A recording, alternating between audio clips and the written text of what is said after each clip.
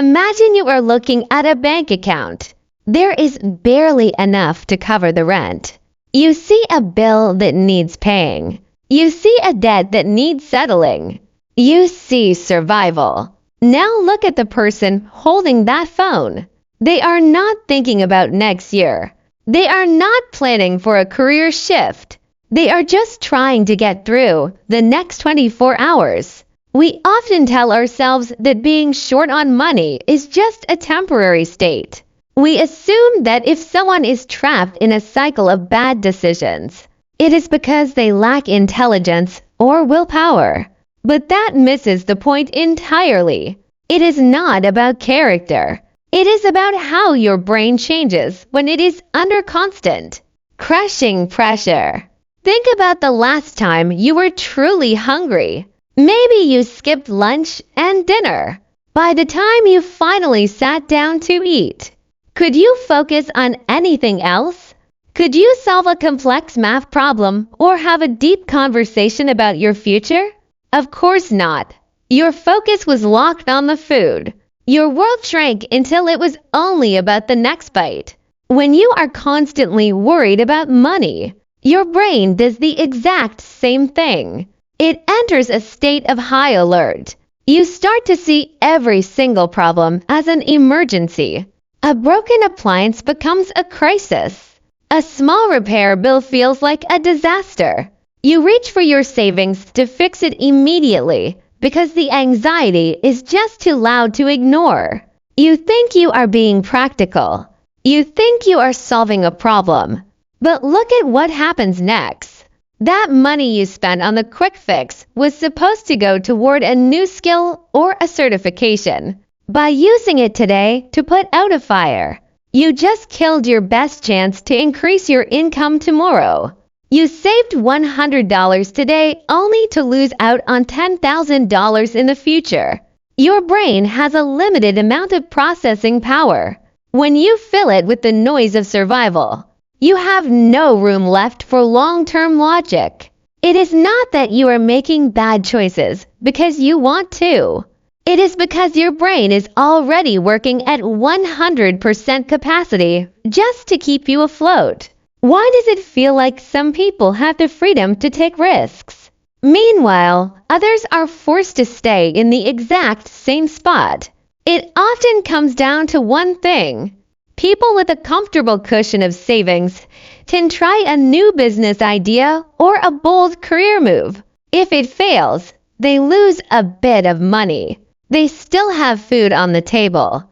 They still have a roof over their head. They have a second chance, or a third, or even a 10th. But what if every single dollar in your pocket is already spoken for? What if that money is the only thing keeping your family fed or your rent paid? You cannot gamble when the stakes are your basic survival. You are forced to choose the path that seems safe. You pick the job with the steady, low pay because you know exactly when the next check is coming. 10 years go by. The person who chose the steady, safe route is often still in the same place. Their income barely shifted, but the cost of living climbed steadily higher. They are still feeling that same pressure, still worried about the same bills. Meanwhile, the person who had the freedom to experiment, even if they failed at first, gained skills and built connections that pay off for decades. This is the trap. You are not choosing the safe route because you lack ambition. You are choosing it because you cannot afford the cost of being wrong. It is a choice that guarantees survival for today, but it also guarantees that you remain stuck in the same cycle tomorrow. And that is only half of the story, because when you are in that cycle, you are not just losing money. You are losing your most precious resource, which is time. You spend your mornings hunting for the cheapest groceries.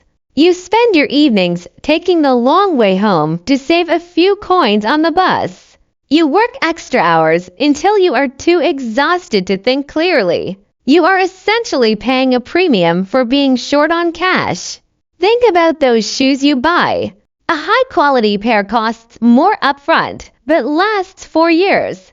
A cheap pair is tempting because it fits your budget today, but it falls apart in months.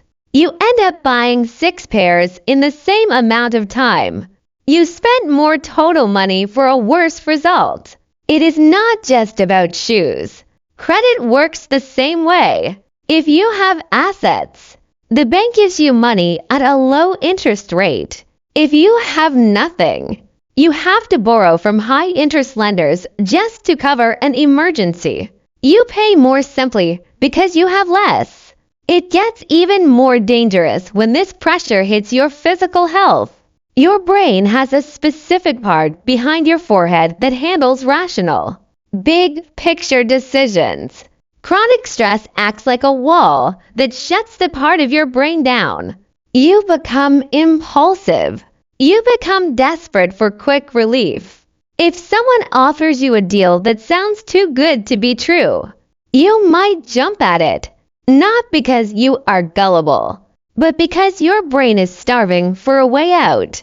You cannot analyze the risks because you are too tired to see them.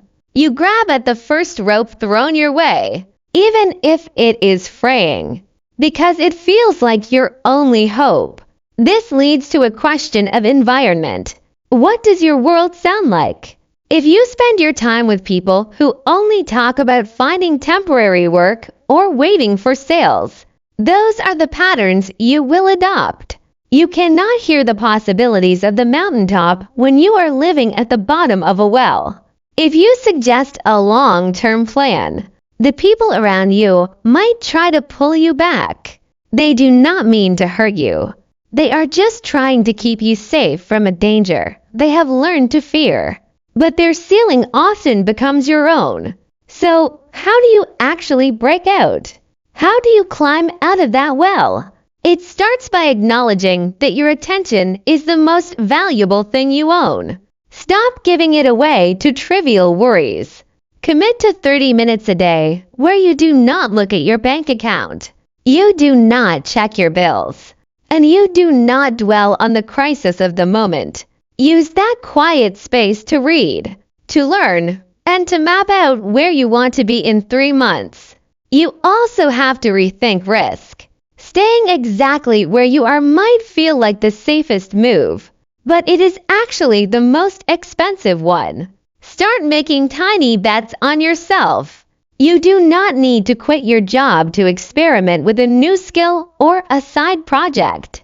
Look for ways to grow your own abilities while you are still playing it safe. Shift your focus from finding the path with the least danger to finding the path with the most potential for growth. Change your input. You might not be able to change your entire social circle overnight, but you can change what you listen to and what you read. Be ruthless about cutting out the noise that only feeds your anxiety.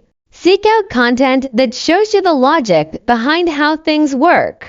Even one new perspective a day will shift how you process the world over time. Above all, stop the war you are waging against yourself. The self-blame is draining the very energy you need to move forward. Tell yourself the truth. Those past decisions were not made because you were unintelligent. They were made because you were under extreme pressure, and you did the best you could with the tools you had at the time. Forgive yourself for the mistakes. You cannot change what happened yesterday, but you can change how you approach tomorrow. Poverty is not a personality trait. It is a set of circumstances that changes how you think and how you act. Seeing that clearly is your biggest advantage. It turns a mystery into a problem you can actually solve. From this moment on, when you face a choice, pause. Do not rush to settle the immediate fire. Ask yourself if what you are doing is solving a problem or if it is just setting the stage for more trouble tomorrow. Change does not come from a sudden leap. It comes from that one moment where you stop, you breathe, and you decide to think for yourself. If this reflection sparked a new way to look at your own decisions, take a second to tell me about it in the comments. I read every one of them, and I would love to hear what resonated with you the most. If you want more ways to rethink the habits that shape your life, make sure to subscribe. I will see you in the next one.